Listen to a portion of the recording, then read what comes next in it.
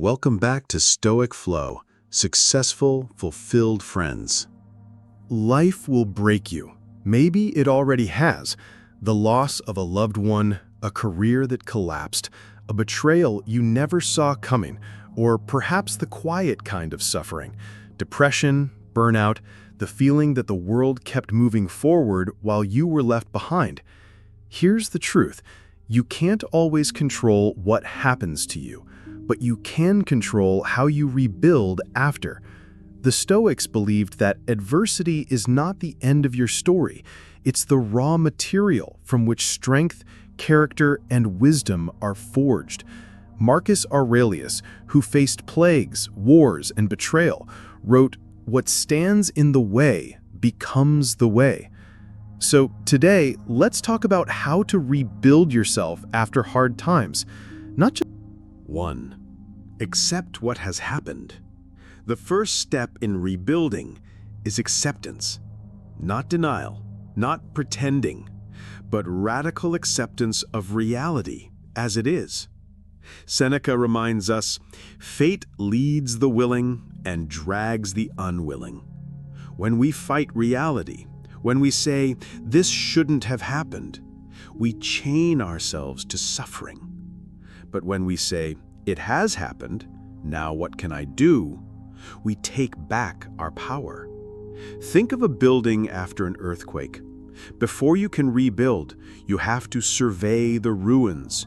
You have to face what's broken. The same is true of life. Take inventory. What happened? What was lost? What remains? This honesty is painful, but it's also the foundation of growth. 2. Detach identity from circumstance. Maybe you lost your job. Maybe your relationship ended. Maybe your health was shaken. It's easy to confuse these things with who you are.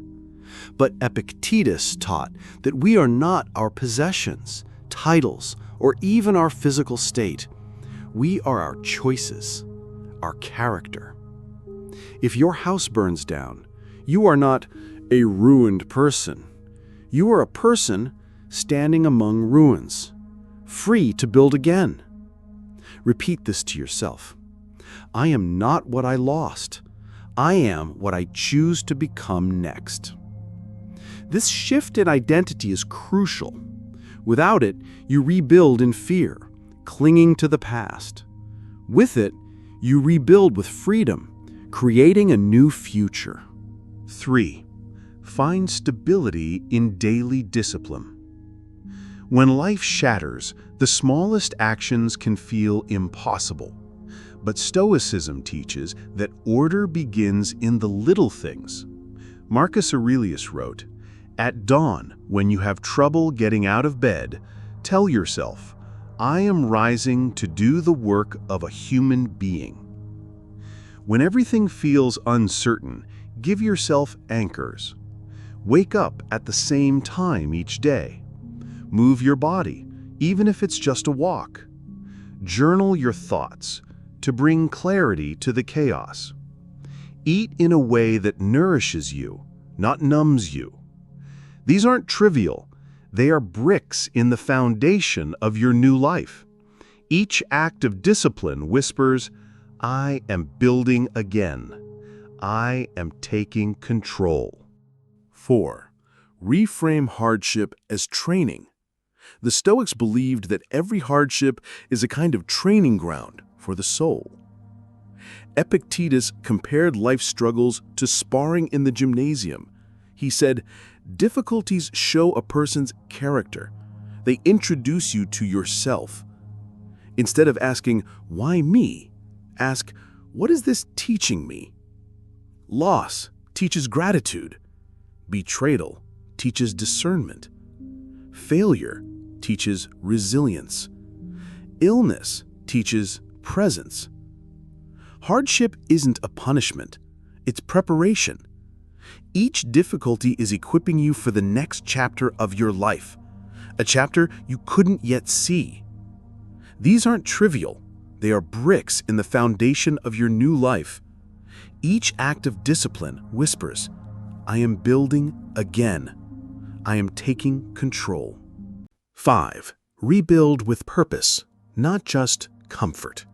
When people try to rebuild, they often aim for comfort. I just want things to be easy again. But the Stoics remind us the goal is not comfort, it's virtue. Virtue means living with courage, justice, self-control, and wisdom. So ask yourself, what kind of person do I want to be on the other side of this storm? Don't just patch up the old life, build a new one rooted in meaning. Maybe that means pursuing work that matters, instead of work that merely pays. Maybe it means relationships built on truth, not convenience. Maybe it means prioritizing health, time, and presence instead of endless distraction. Your pain gave you clarity. Don't waste it. 6. Surround yourself with builders, not destroyers. No one rebuilds alone. The Stoics valued friendship, mentorship, and community. Seneca said, "One man is no more a friend without another than he is a father without a child." If you want to rebuild, look around you. Who in your life encourages your growth? Who drags you back into old patterns? Who sees your potential, not just your past? Detach from those who thrive on destruction. Seek out those who build with you. Friends who challenge, mentors who guide, communities that uplift. Rebuilding is not only about the bricks you lay, but the hands that help you carry them. 7. Turn pain into service. One of the most powerful ways to heal is to help others heal. Marcus Aurelius reminded himself daily that he existed to serve, not to retreat into self-pity. And the paradox of suffering is this: when you share the lessons you've learned, your wounds become wisdom. The person who overcame addiction helps others break free. The one who lost everything teaches resilience. The one who grieved deeply offers compassion no book could teach him. Ask yourself, how can my struggle serve someone else? In that question, pain transforms into purpose. 8. Practice gratitude for what remains. Gratitude is not about ignoring pain. It's about refusing to let pain blind you to what's still here. Epictetus said, "Do not spoil what you have by desiring what you have not." If you lost much, you still have breath. You still have today. You still have the chance to rebuild.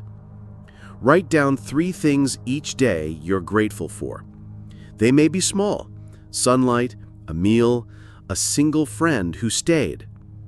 But gratitude is the fuel of resilience. It reminds you that even in the ashes, there is beauty. 9. See this not as the end, but the beginning. Hard times feel like endings, but endings are illusions. Marcus Aurelius wrote, "What we call the beginning is often the end, and to make an end is to make a beginning." The end is where we start from. The old life collapsed, yes, but from the ruins rises a new one, built with wisdom you did not have before, forged in fire you did not expect to endure. Don't just ask, "How do I recover what I lost?" Instead, ask, "Who can I become because of what I've endured?" That question turns pain into possibility. Closing reflection. If you are in the ashes right now, hear this: you are not broken. You are in the process of becoming. The Stoics did not seek a life free from hardship. They sought a life where hardship became fuel. And so can you. Accept what has happened. Detach from what was lost. Anchor yourself in discipline. Reframe pain as training. Rebuild with purpose. Surround yourself with builders. Turn pain into service. Practice gratitude. See this not as the end, but the beginning. You are standing at the ruins of the old, but remember, ruins are not the end. They are where new foundations are laid. So rise. Pick up one brick today. Lay it down with courage, then another tomorrow, until one day you'll look around and see not just a rebuilt life, but a stronger, wiser, freer self than you ever thought possible. As Marcus Aurelius said, the impediment to action advances action. What stands in the way becomes the way. And the way forward begins now.